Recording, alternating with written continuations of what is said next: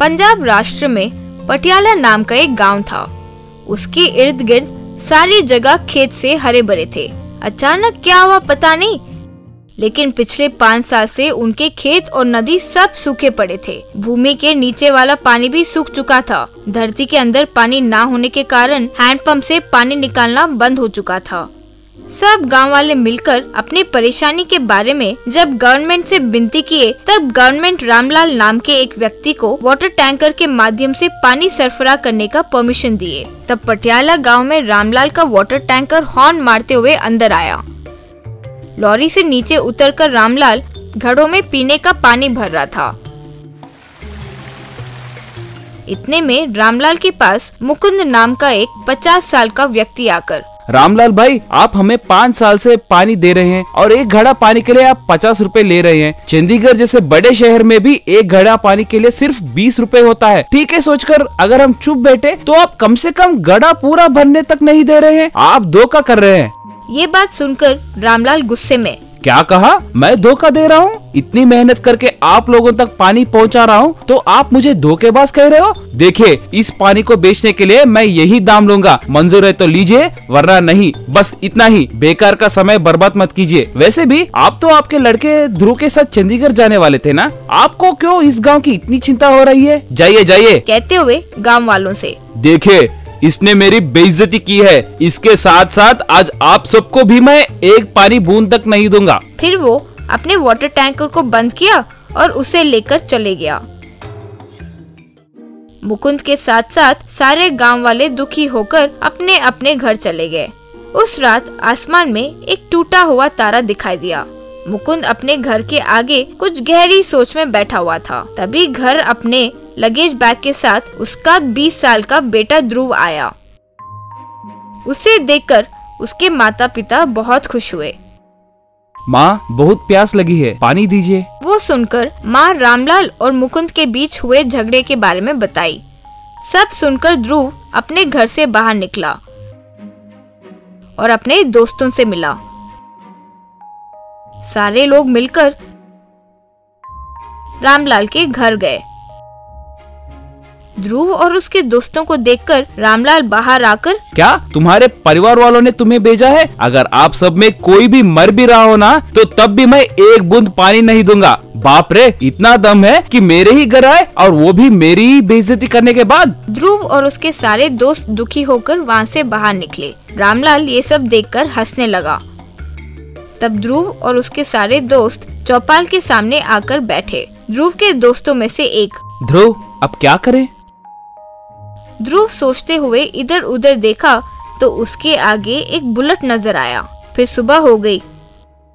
रामलाल सुबह उठकर मन में सोचा, अब तक तो सारे गांव वाले प्यार से मरे पड़े होंगे। अब सबको अक्ल आ गई होगी। अब किसी की हिम्मत नहीं होगी कि मेरे आगे बात करें। यूँ सोच रहा था तो उसके घर के आगे एक हॉर्न सुनाई दिया।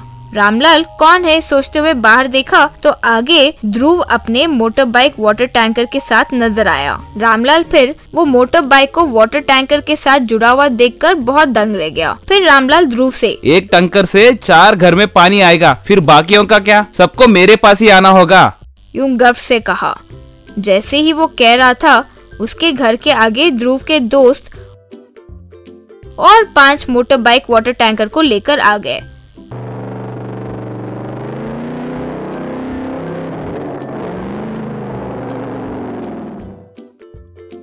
तब वो देखकर रामलाल सच में दंग रह गया।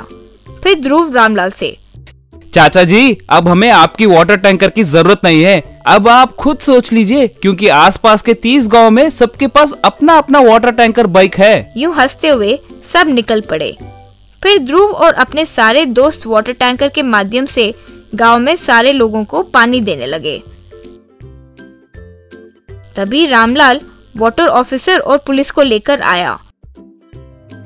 पुलिस वाले उन्हें वाटर टैंकर में वाटर सप्लाई करते हुए देखकर, देखिए, आप सब गलत काम कर रहे हैं। आप में किसी के पास भी वाटर सप्लाई करने के लिए गवर्नमेंट से परमिशन नहीं है, इसलिए वाटर टैंक और बाइक्स सबको सीज कर रहे हैं। आपके साथ साथ आसपास के सारे गांव में भी रामलाल ही पानी सप्लाई करने वाला है, यूं ही कहा गया था। वो बातें सुनकर ध्रुव एसआई से, देखिए, हम अपने गांव के हिस्से का पानी खुद लेकर आ रहे हैं। अब तक ये रामलाल और ये ऑफिसर मिलकर हमारे हिस्से का पानी का रूट बदलकर जमा करके रखते थे और हमें कहते थे कि कहीं दूर से लेकर आ रहे हैं। ऐसा कहकर हमें धोखा दे रहे थे, इसलिए हमें छोड़िए और इन्हें गिरफ्तार कीजिए। वो बातें सुनकर एसआई गांव वालों की तरफ देखते हुए, ये जो लड़का कह रहा है क्या वो सच है? वो सब देखकर रामलाल और वाटर ऑफिसर भागने की कोशिश किए तो ध्रुव और उसके दोस्त उन्हें पकड़े और पुलिस के हवाले कर दिए। सतरंगपुर नाम के गांव में धोकाराम नाम का गैस एजेंसी वाला रहा करता था। वो सरकार के दिए मुफ्त गैस को गरीबों में बांटने के बजाय अमीरों को, होटलों को बेचा करता था। उससे धनवानों को, होटल वालों को 2-3 गैस कनेक्शन हुआ करते थे।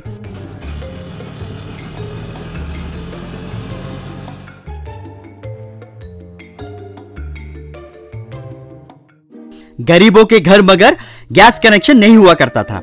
वो सब लकड़ियों के चूल्हे पे ही खाना बनाते थे।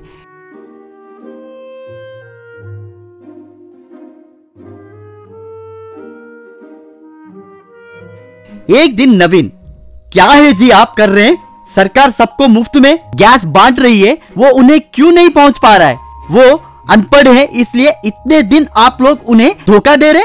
मैं शहर से पढ़ लिख के आया हूँ, आप मुझे धोखा नहीं दे सकते। चुपचाप उन्हें गैस कनेक्शन देंगे या फिर सिविल सप्लाई अधिकारी को आपकी शिकायत करूं? क्यों रे लौंडे, मुझे ही धमकी देगा? क्या हुआ? सिविल सप्लाई अधिकारी को कंप्लेंट देगा? दे, वो मेरा क्या उखाड़ेंगे वो भी देख लूंगा।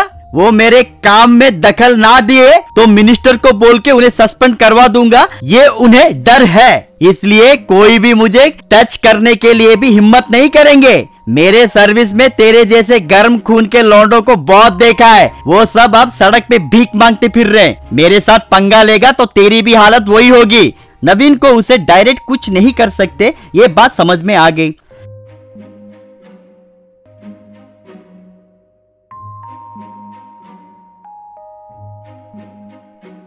वैसे नवीन झोपड़ियों की औरतों की तकलीफें देखने लगा। वो लकड़ियों के चूल्हों से जो असुविधाएं झेल रहे थे वो गौर करने लगा। इनको मदद कैसे भी करनी होगी, सोचा। एक दिन नवीन उस गांव के सभी लोगों को बुला के समावेश किया।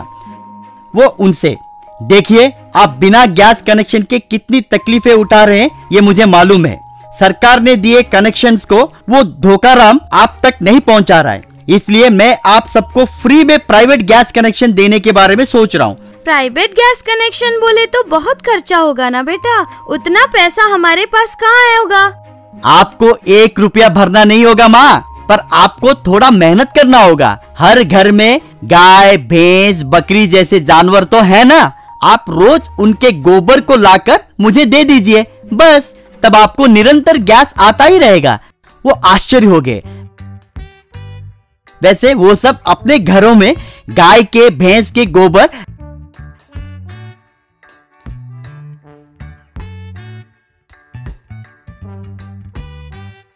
जमा करके नवीन के गोडाउन तक पहुंचाते थे। नवीन उस गोबर को उसने बनाया गोबर गैस के प्लांट में डाला। उस प्लांट को एक बड़ा जायंट सिलेंडर कनेक्ट किया। जायंट सिलेंडर से हर घर को पाइपलाइन सप्लाई किया। उससे सभी को गैस रवाना हुआ। औरतें खुशी खुशी गैस के ऊपर खाना बनाने लगे। गरीब लोग नवीन का अभिनंदन भी किए। बाद में अमीरजादे, होटल वाले भी धोकाराम के पास से गैस कनेक्शन कट करवाए।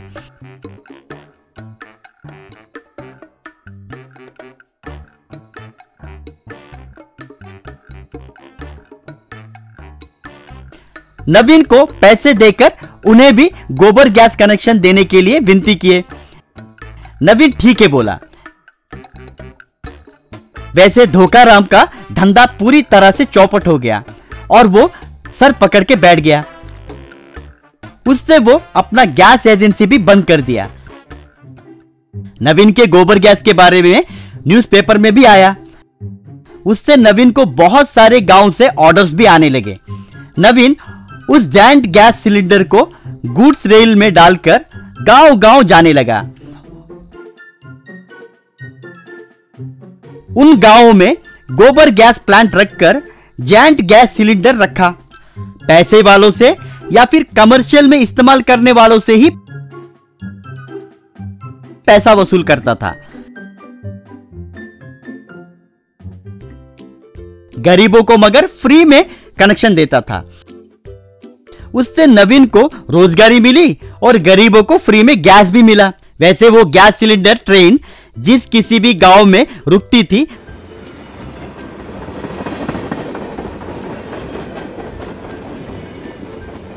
तो लोगों में खुशी भरपूर होती थी।